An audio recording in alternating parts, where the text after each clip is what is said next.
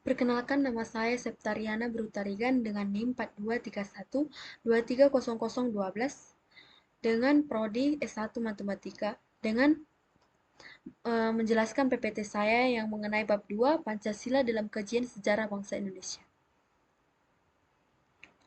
Pengertian dan pentingnya Pancasila dalam kajian sejarah bangsa Indonesia. Pengertian Pancasila dalam sejarah bangsa Indonesia menunjukkan hal-hal sebagai berikut. Ada 3. Yang pertama, Pancasila merupakan produk otentik pendiri negara Indonesia yang dimana disebut dengan The Founding Fathers. Yang kedua, nilai-nilai Pancasila bersumber dan digali dari nilai agama, kebudayaan, dan adat istiadat. Dan yang ketiga, Pancasila merupakan pandangan hidup bangsa dan dasar filsafat kenegaraan. Selanjutnya yaitu sejarah Pancasila pra-kemerdekaan. Nilai-nilai Pancasila dalam sejarah perjuangan bangsa. Menurut Mr. Yamin, berdirinya negara kebangsaan Indonesia tidak dapat dipisahkan dengan kerajaan-kerajaan lama yang merupakan warisan nenek moyang Indonesia. Adapun kerajaan yang dimaksud A, masa kerajaan Sriwijaya. Pada masa ini, unsur-unsur yang terdapat dalam Pancasila yaitu ketuhanan, kemanusiaan, persatuan, tata pemerintah atas dasar musyawarah, dan keadilan sosial telah terdapat sebagai asas-asas yang menjiwai bangsa Indonesia yang dihayati serta dilaksanakan waktu itu. Hanya saja belum dirumuskan. Selanjutnya yaitu B. Masa Kerajaan Majapahit. Pengamalan Pancasila, ketuhanan yang Maha Esa, telah terbukti pada Hindu, Buddha yang hidup berdampingan secara berdamai. MP Prapanca mengatakan, menulis Negara Kertakma atau 1365 yang dimana di dalam bukunya telah terdapat istilah Pancasila. Ampu Tantular mengarang buku Sutasoma di mana dalam buku ini terdapat seloka persatuan nasional yang berbunyi Bhinneka Tunggal Ika, Tanhana Dharma Mangrua, yang dimana artinya walaupun berbeda-beda namun satu jua dan tidak ada agama yang memiliki tujuan berbeda. Selanjutnya, perjuangan bangsa Indonesia melawan penjajah. Pada abad XV11 atau abad ke-17 dan abad ke-18 terhadap penjajah digerakkan oleh pahlawan Sultan Agung atau Mataram 1645, Sultan Ageng Tirtayasa dan Kitapa, Banten 1650, Hasanuddin, Makassar 1660, Iskandar Muda Aceh 1635, untuk Surapati dan Trunojoyo, Jawa Timur 1670, Ibnu Iskandar, Minangkabau 1680, Belanda menghadapi perlawanan bangsa Indonesia yang dipimpin oleh Patimura 1817, Imam Bonjol di Minangkabau 1822 sampai 1837. Diponegoro di Mataram 1825 sampai 1830, Badarudin di Palembang 1817, Pangeran Antasari di Kalimantan 1860, Jelantik di Bali 1850, Anang Agung Made di Lombok 1895, Teuku Umar, Teuku Cik di Tiro, Cut Nyak Dien di Aceh 1873 sampai dengan 1904, dan Sisingamangaraja di Batas 1900. Selanjutnya, kebangkitan nasional. Usaha-usaha yang dilakukan adalah mendirikan berbagai macam organisasi politik di samping organisasi yang bergerak dalam bidang pendidikan nasional. Sumpah Pemuda. Pada 28 Oktober 1928, pemuda-pemuda Indonesia yang dipelopori oleh Muhammad Yamin. Selanjutnya yaitu perjuangan bangsa Indonesia zaman penjajah Jepang. Pada tanggal 7 Desember 1941, meletuslah Perang Pasifik dengan dibomnya Pearl Harbor oleh Jepang. Dalam waktu yang singkat, Jepang dapat menduduki daerah-daerah sekutu di daerah Pasifik. Jepang mempropagandakan kehadirannya di Indonesia untuk membebaskan Indonesia dari cengkraman Belanda. Oleh sebab itu, Jepang membolehkan Indonesia mengibarkan bendera merah putih. Bendera merah putih serta menyajikan lagu Indonesia Raya. Hal itu hanya siasat oleh Jepang untuk membantu menghancurkan Belanda. Kenyataan yang dihadapi bangsa Indonesia bahwa Jepang tidak kalah kejam dengan penjajah Belanda dengan semakin mengganasnya bala tentara Jepang. Kekecewaan bangsa Indonesia akibat perlakuan Jepang itu menimbulkan perlawanan terhadap Jepang baik secara ilegal maupun legal, serta pemberontakan peta di Blitar. Jepang berjanji untuk memberikan Indonesia kemerdekaan setelah perang selesai. Jepang bahkan menganjurkan bangsa Indonesia agar berani untuk mendirikan suatu negara merdeka di hadapan musuh-musuh Jepang. Selanjutnya yaitu Pancasila Prakemerdekaan, yaitu pada sidang BPU PKI yang dilaksanakan di 29 Mei 1945. Pada sidang BPU PKI yang dilaksanakan pada tanggal 29 Mei 1945 sampai dengan 1 Juni 1945, yang ditampilkan pidato-pidato yang menyampaikan berbagai usulan tentang dasar negara. Rumusan dasar negara menurut Mr. Muhammad Yamin ada dua pernyataan, yaitu lisan dan tertulis. Berikut ini adalah rumusan dasar negara yang diajukan oleh Muhammad Yamin yang diajukan secara lisan pada tanggal 29 Mei 1945. Ada 5. Yang pertama, peri kebangsaan, dan yang kedua, peri kemanusiaan, yang ketiga, peri ketuhanan, yang keempat, peri kerakyatan, yang kelima, kesejahteraan rakyat. Teori negara Mr. Supomo pada tanggal 30 Mei 1945 berikut adalah rumusannya.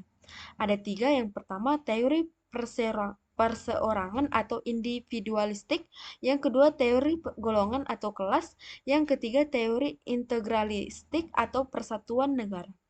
Selanjutnya Insinyur Soekarno pada tanggal 1 Juni 1945 yang mengusulkan 5 dasar negara yang terdiri dari yang pertama nasionalisme atau kebangsaan Indonesia, dan yang kedua, internasionalisme, peri kemanusiaan, mufakat demokrasi. Yang ketiga, kesejahteraan sosial. Dan yang keempat, ketuhanan yang berkebudayaan. Selanjutnya yaitu sejarah Pancasila pasca kemerdekaan. Sejarah Pancasila pasca kemerdekaan yang ditandai dengan tanggal 6 Agustus 1945, bom atom dijatuhkan di kota Hiroshima oleh Amerika Serikat yang mulai menurunkan moral semangat tentara Jepang sehari. Kemudian BPU PKI berganti dengan nama menjadi PPKI, menegaskan keinginan dan tujuan mencapai kemerdekaan Indonesia. Bom atom kedua dijatuhkan di Nagasaki yang membuat Jepang menyerah kepada Amerika dan sekutunya.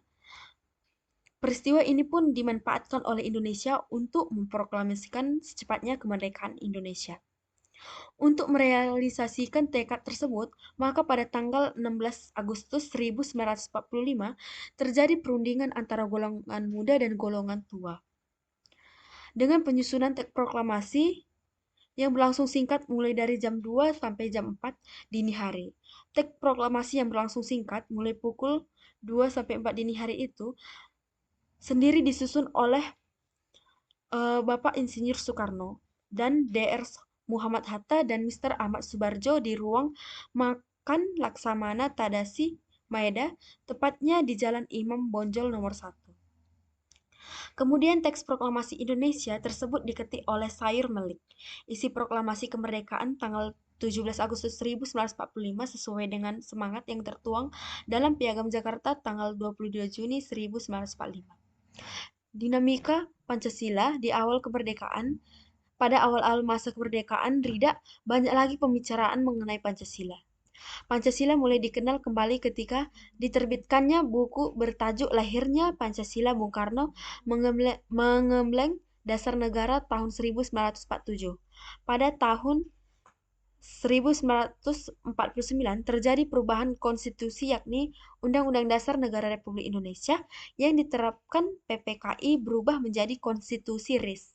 Terjadinya perubahan perundang-undangan dasar mengakibatkan terjadinya perubahan rumusan dasar negara meskipun tidak mengubah isinya secara mendasar. Selanjutnya yaitu Pancasila di Orde Lama. Terdapat dua pandangan besar terhadap dasar negara yang berpengaruh terhadap munculnya dekret presiden. Pandangan tersebut yaitu yang Mereka yang memenuhi anjuran presiden atau pemerintah untuk kembali ke Undang-Undang Dasar 1945 dengan Pancasila sebagaimana dirumuskan dalam Piagam Jakarta sebagai dasar negara.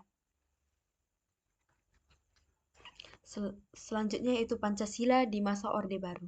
Setelah jatuhnya Insinyur Soekarno sebagai presiden, selanjutnya Jenderal Soeharto yang memegang kendali terhadap terhadap negeri.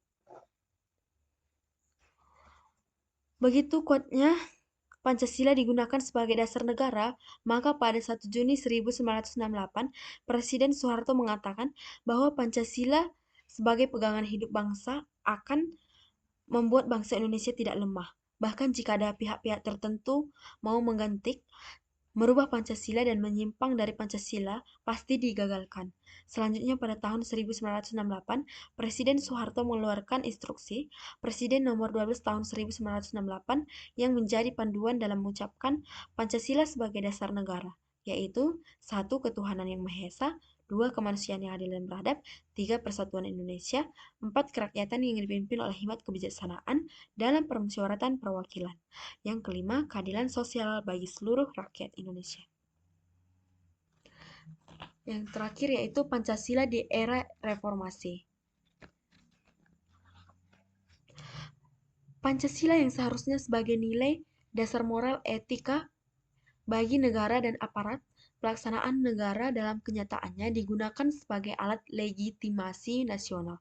Pokok-pokok reformasi ialah menjaga serta memelihara segala dan memperbaiki segala sesuatu yang masih kurang di samping, terus berusaha melakukan pembaruan guna menjawab tantangan era globalisasi. Sebagai ideologi terbuka, nilai-nilai Pancasila memang tumbuh dan berkembang diyakini kebenarannya oleh warga negara Indonesia. Karena memang nilai-nilai ini telah menjadi nilai dasar bagi masyarakat Indonesia. Dinamika Pancasila pada era reformasi lahir dengan semangat menghapusnya pengalaman-pengalaman buruk penyelenggaraan pemerintah sebelumnya. Di awal reformasi, Pancasila telah dilupakan banyak orang. Keluarnya ketetapan MPR nomor 17 MPR 1998 tentang pencabutan ketetapan Majelis Permusyawaratan Rakyat Republik Indonesia nomor 2 MPR 1978 tentang pedoman penghayatan dan pengamatan Pancasila dan ketetapan tentang penegasan kembali Pancasila sebagai dasar negara yang dapat dikatakan sebagai momen penting dan bersejarah bangsa ini. Era reformasi ternyata tidak alergi dengan Pancasila. Demikianlah hasil presentasi saya terhadap bab 2. Saya ucapkan terima kasih.